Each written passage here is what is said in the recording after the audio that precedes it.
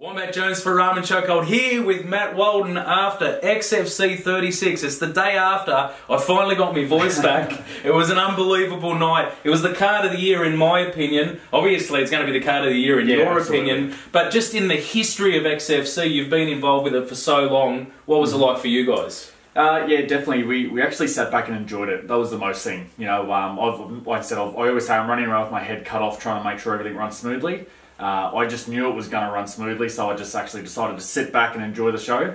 And once again, the fighters delivered, the teams delivered, and they made it worthwhile. Yeah, it was unbelievable. Let's talk about the fights. Alex Hong, Adam Washbourne, fight number one. And I mean, that for a fight number one on a card is unbelievable. But like we said, Adam went out there, touched him up a little bit on the feet, but as soon as Alex got him down to the ground, it was in his world, wasn't it? Yeah, definitely. And I always say the toughest part about the job is actually choosing the fight order. But that being said, being fight number one plays a huge role on the card. So that's why we wanted it to be Alex and Adam. We wanted that fight because we knew Alex is running through people on the ground. So Adam being a legit brown belt, we thought it'd be a great matchup. The thing I love is I actually just watched the highlights of the submissions, and to see when Alex has got that armbar on, nodding to the crowd and the cameras was pretty special. Yeah, I seen that, and I had a little bit of a chuckle to myself because that's how confident he was as soon as he had it in. So, congratulations to Alex.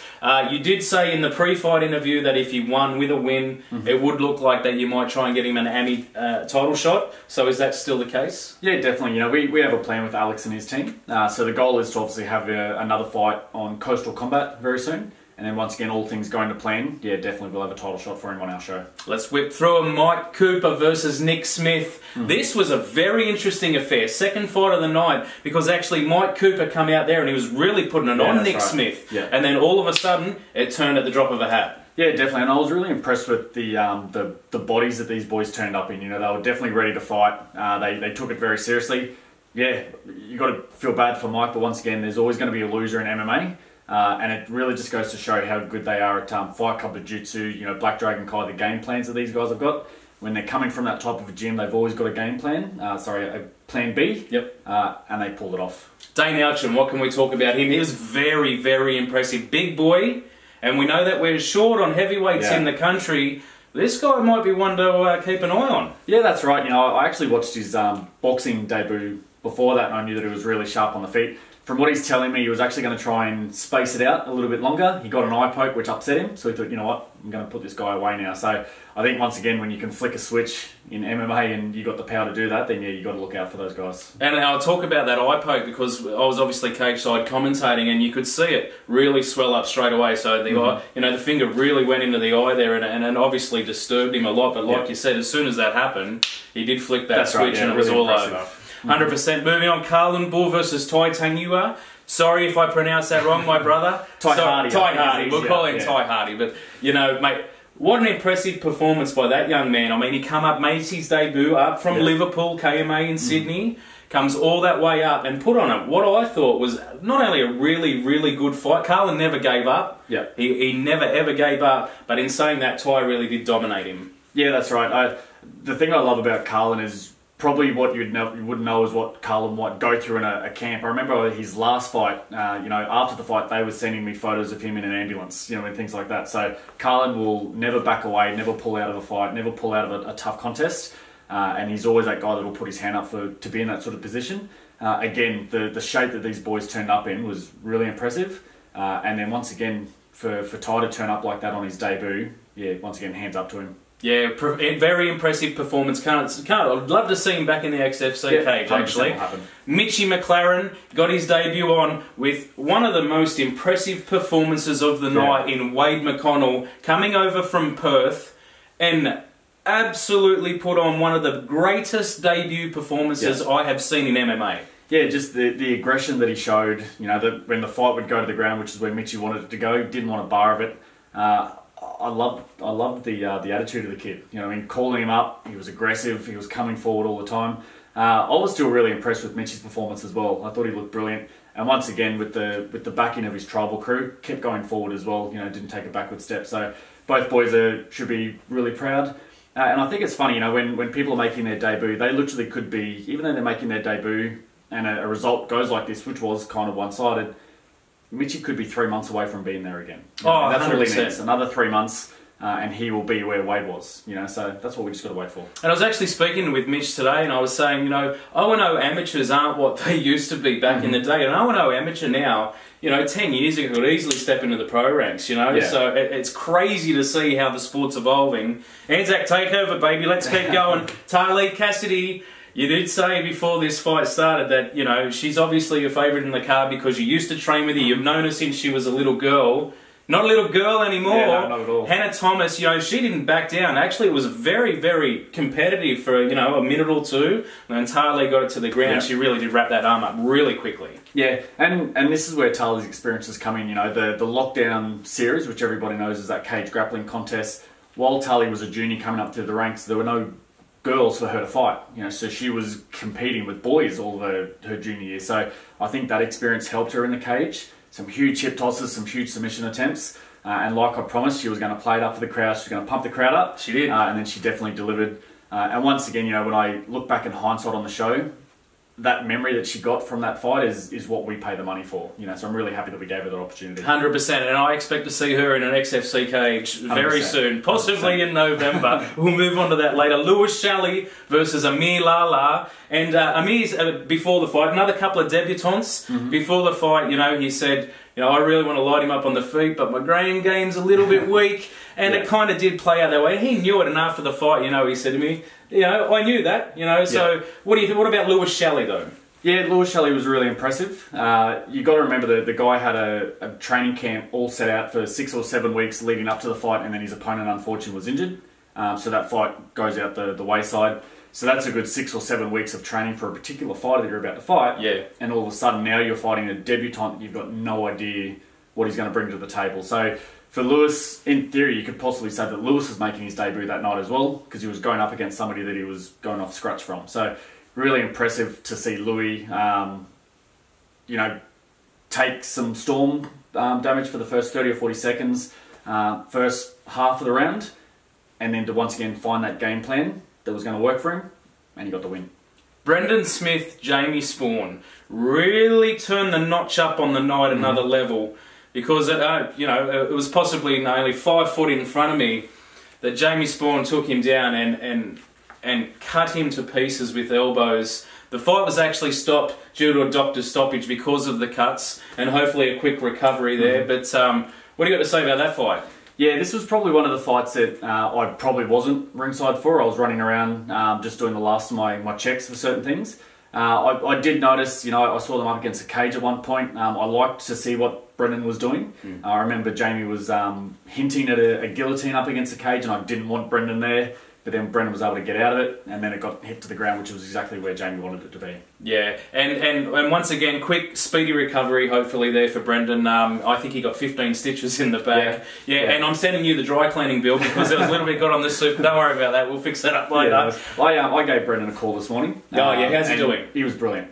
So he was happy with the stoppage. He basically said that, he definitely could have fought on, but it's one of those things as fighters, we're also fathers and parents and we work, you know what I mean? So I always say I'd rather see a ref stop the fight early and then you can go on to have another 10, 15 fights rather than stop it too late and then never fight again. Yeah, 100%. So good doctor stoppage, so speedy recovery again. Yep. Tau versus Hazanzada. We threw the light guys in there, the little quick guys, and this fight was absolute fire from go to woe. Yeah. It was non-stop. In my opinion, it was 1-1 after 2, and in the third round they all come out, and maybe a minute and a half, still had no idea who was going to win that fight. Yeah. And Tau flicked the switch, yeah, and he went all bad boy. Yeah, it did. He had that little mongrel in him. I think that's what got him across the line. And, we saw Shane Young do it in the UFC on his last one. He turned Maori, stuck his tongue out, and Aaron Tell was doing that when they were facing off at the start. So I think he went back to his roots, and the Kiwi blood came through and got him that win. Yeah, it was a very impressive performance. What's next for him? We've got Viet Doe over there in New Zealand, who's the current amateur flyweight champion for XFC, whose last fight versus Darren Haben, where he captured the title, was an unbelievable performance. I mean, probably one of the best AMI flyweights that I've seen, maybe even ever. He's very, very up and coming. Could that be a fight that we make? Yeah, possibly. I think we still need to find out if Aaron can make 57 as well. From what I'm hearing, he was a big boy. He was about 70 kilos not too long ago. So to then cut down to 61 was a really good effort. I'm sure with a proper camp and a proper weight cut specialist, he can get to 57. I still think Nav is an incredible fighter. He took the fight at 61 where he normally likes to fight at 57. So it's a really tricky one, you know. So Nav came up a weight to make that fight happen. So I don't think Nav drops down a rung at all in the ladder. So our goal is to definitely see Nav and Viet have a fight soon. Moving on, Dim Skillies versus Craig Callahan, our very first professional fight of the night. You know, leading up to them, we had all the amateurs absolutely bring fire. This was no exception. Again, and I'm going to tell you something after you tell me what you think of the fight, because there was actually a little bit of a curse going on this one. Okay. Yeah, so why don't you tell me what you thought of the fight? I actually really love the fight. You know, a lot of people think that Craig Callahan's bread and butter is his wrestling. You know, the thing I loved about Craig is he wanted to prove people wrong in this one. And from what I was watching K's side, they were just standing in the pocket and throwing punches. You know, they're exploding on each other. I watched Dims get some good shots in. I watched Craig get some good shots in. But again, like I said, you know, Craig's has had probably 10 pro fights now. This was Dims' second. That was the difference. Yeah, and what was really impressive for me, though, was once Craig did actually get him down to the ground, geez, he was throwing some elbows. Yeah. Those elbows were scary to watch from cage side. So possibly Craig now going to 4-4, like you said, pre-fight to me, you know, he's possibly the best 50-50, you know, fighter going around there. And I totally agree with that because, you know, there's the last couple of fights that he's lost. He quite easily could have won both fights against a couple of amazing opponents as well that have gone on to bigger and better things too. Yeah, we could be looking at 4-4, or we could have been looking at, you know, 6-2. 6-2, exactly, and that's a massive difference, isn't it? Absolutely. So we all know that in MMA, losses don't really mean that much. So it just depends on who. Let me tell you about this curse.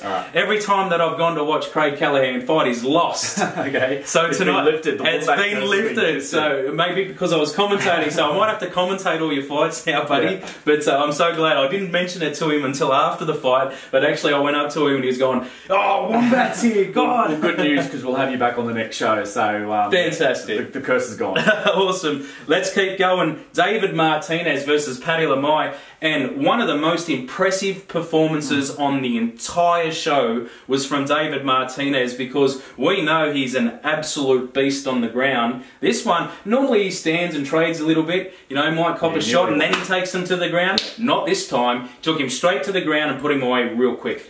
Yeah, that's right. And I think Paddy Lamai's probably hadn't had any sleep. You know, last night thinking about that fight over his head a million times, and if he could have it again, he'd probably fight a completely different fight again. Yeah, it just probably wasn't what I expected Paddy to come out. I was expecting him to come and absolutely light him up on the feet and be able to hold himself on the ground.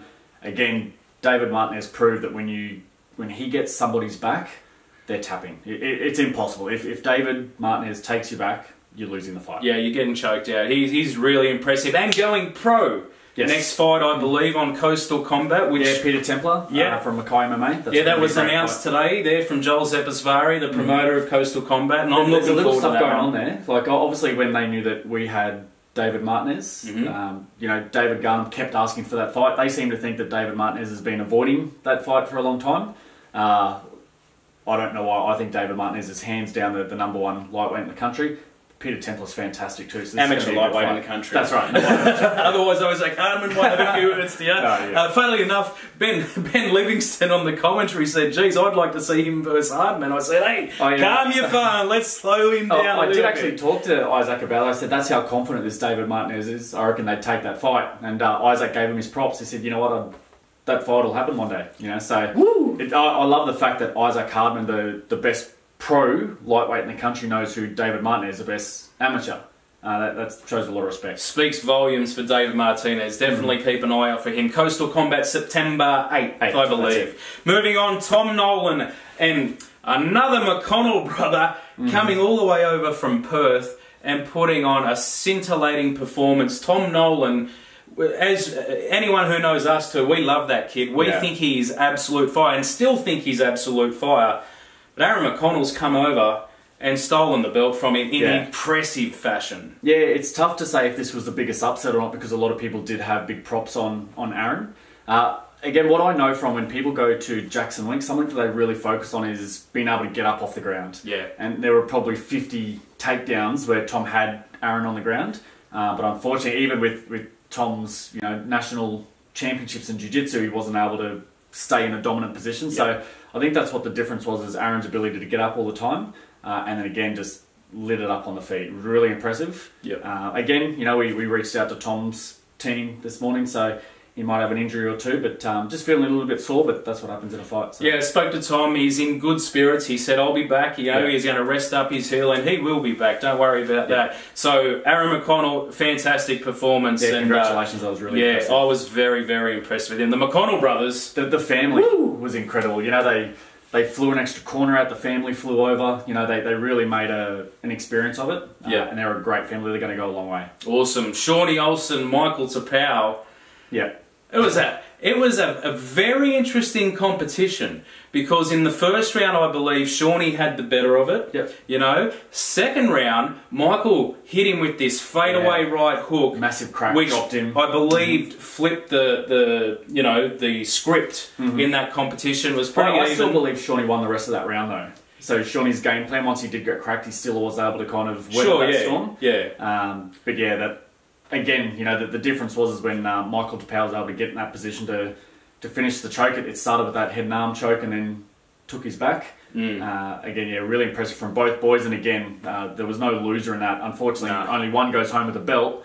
But again, Shawnee Olsen is never in a boring fight. No, he's not. I love watching him fight. I can't wait till hopefully he heals up pretty quick. He had a nasty little lump on his cheek there. I think Michael cracked him on while he was trying to get back up to his feet. And that's where that sequence started. So I spoke to Shawnee as well on the phone today. He said he copped one when he was standing up, and then just the choke popped some vessels and made the swelling go up. Michael Tapau, let's talk about him a little bit. I mean, he's one of the nicest guys you'll meet in MMA.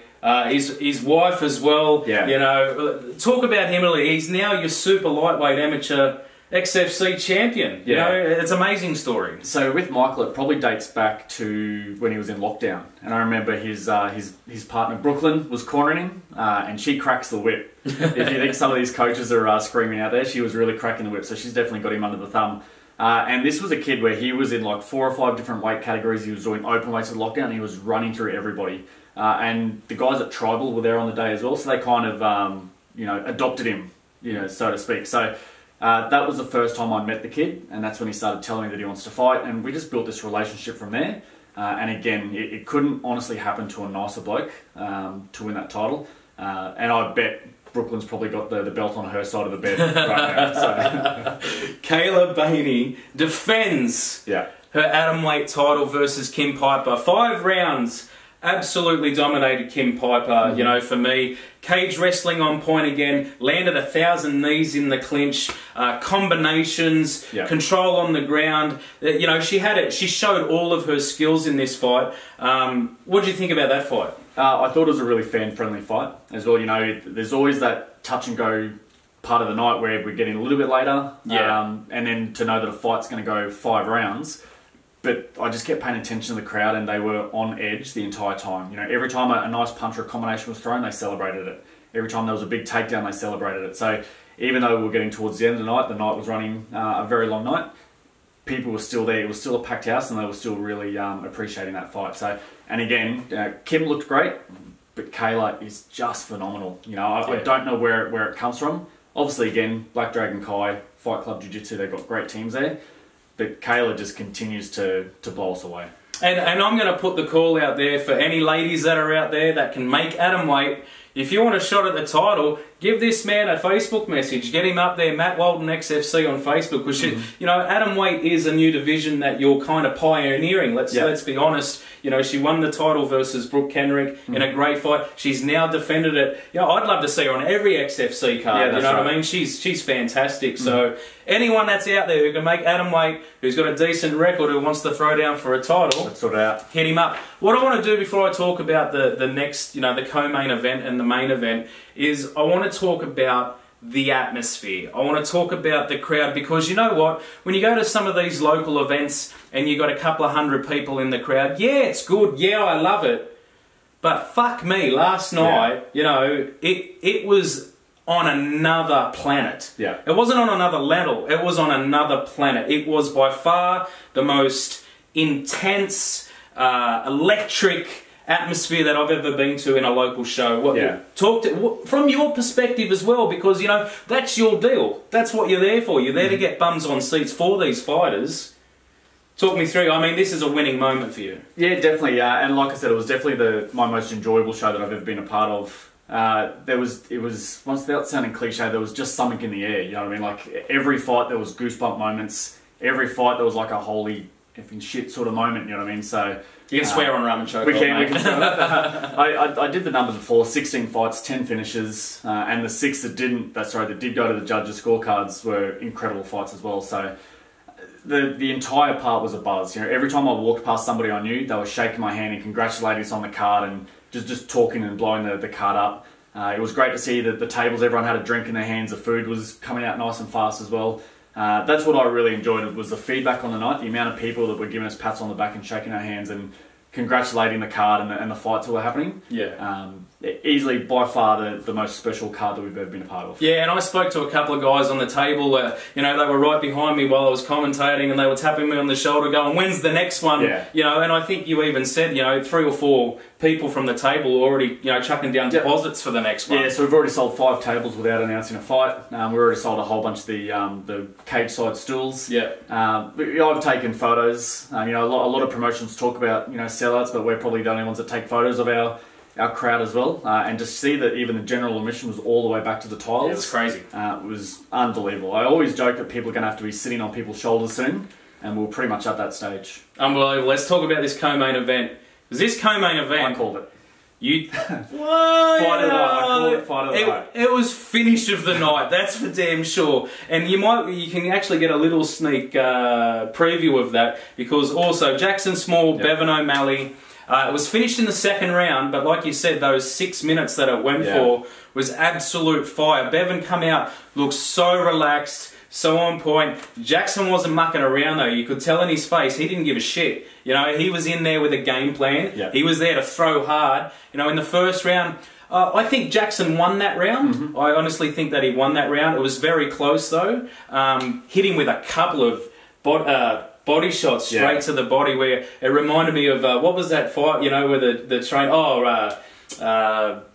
Sarah's main man Longo, where he says punch a fucking hole through his chest, and he got him twice there. Bevan landed strikes as well, but the second round, I'm gonna give it over to you, because I lost my shit. I went absolutely bananas on this finish. Talk everyone through what happened in the second round. This was it was like an out-of-body experience watching this fight, because I wanted both boys to win. Yeah. You know what I mean? It was a win-win situation for us, where I was sitting, once again, up on the top with the tables with Ian Jacobs, and to be sitting there with a 3-time world champion that's got the world record, fastest knockout, and more accomplishments than probably any other fighter in Australia, for him to be commentating alongside me for what he was seeing was incredible. More muscles than a seafood platter. More muscles than a seafood platter. Shout out to Mike. And the entire fight was incredible for me. You know what I mean? And this is why I bought the show, so that I could put fights like this together. And this is like, I kept joking, I paid $40,000 for this seat, and I would do it again just to watch that fight. There's not much I can say about that fight. You know, Jackson was throwing leather. Bevan was trying a couple of things that I'd never seen before with the flying knees, you know, the teep kicks. Only just missed that flying knee too. That's the difference, isn't it? He missed by a couple of inches on a couple of times, which could have completely changed the fight. I do remember halfway through the second round, Ian Jacobs called it. You know, Ian Jacobs said that if Bevan keeps his hands down, he's going to get in trouble. And then literally a couple of seconds later, it was lights out, you know, and it was lights out. Yeah, it was an interesting feeling. It was kind of like that Anderson Silva moment, you know, where Bevan's never been hurt like that before, and all of a sudden a guy like Jackson Small has put him to sleep, you know. So again, we made sure we gave Bevan a call this morning. Bevan's in great spirits. He's ready to get back in there straight again. Awesome. He's feeling the effects of a big fight, but keen to go again. I had a great chat to Jackson after the fight as well. And again, there's probably no other character in Australia like him, so I really enjoyed that the chat afterwards as well. So, and most importantly, obviously he ended up winning the Ben Quamby Award, which as well. So that obviously goes to the person who was the most professional, the sportsman, and obviously it comes down to the performance as well. Yeah. And again, I'd say that we've handed out that Ben Quamby Award for many years now. in my ownership of, what is it, almost 10 fights now, that he was the most greatest recipient of that award. He completely blew me away with his professionalism. Like I said, pumping the fights, selling the tickets. And like you said, he turned up to your house, you know, 3 days before the fight to pick up 3 spare tickets that became available, which he sold like that. The next morning you had another ticket come back and he come over again. I mean, we're talking about probably a 25-minute trip here and then a 25-minute trip back as well. Yeah, that's right. You know, just to get those 4 extra tickets that become available. And everyone knew it was the hottest ticket in bloody town, that's for damn sure. But congratulations, Jackson Small. What's next for him? Yeah, obviously as soon as you win the belt you get a lot of people that'll call you out. You know, 66 is a really good division for us at the moment, so there's plenty of opportunities. My opinion would be that after a win like that, knowing Jacko, the guy that he is, he's probably not sober or right to be talking about fights, so, and nothing would please me more to know that he's spent last night and tonight and the next weekend and all that sort of stuff enjoying this win, so no one deserves to celebrate a fight more than Jackson does at the moment. An Australian title for Jackson Small, unbelievable. That's right, and that's what excites me as well, is that, you know, he gets his poster up on the integrated Hall of Fame of title champions as well. He joins Isaac Hartman, and like only 6 months ago they were both in the same division. Yeah, you know what I mean. So they probably would have, in theory, met on that ladder had Jackson not been able to make 66. So it's crazy to think what integrated have done in the regional scene. The Bash brothers, Jeremy Joyner, Justin Taffer. To the big crescendo, final fight of the night, the big boys get in the cage. I called it on the call. I said, don't blink. This one's not going to take very long, and it didn't take very long. And I believe you've got a new superstar on your hands. Yeah, Justin Taffer was really impressive. Again, probably could have come really close to that Ben Quamby award. He was brilliant in the lead-up and just phenomenal in terms of the atmosphere that he produced on the night as well. And again, to go out there and knock out the champion like that, that's the best that we've ever seen him, and that's probably the best we've seen him in all of his combat sport fights as well. Yeah. And then talking to his family out the back, the thing that we love is when people are belt happy. You know, they'll go to sleep with their belts. They love their championship rings. And once again, Justin Taffer's probably sleeping with his belt, and if he's not, he's probably got it on a roster where his family get it per night, because they were sharing it all night. They were taking photos with it, and nothing makes us more happier than that.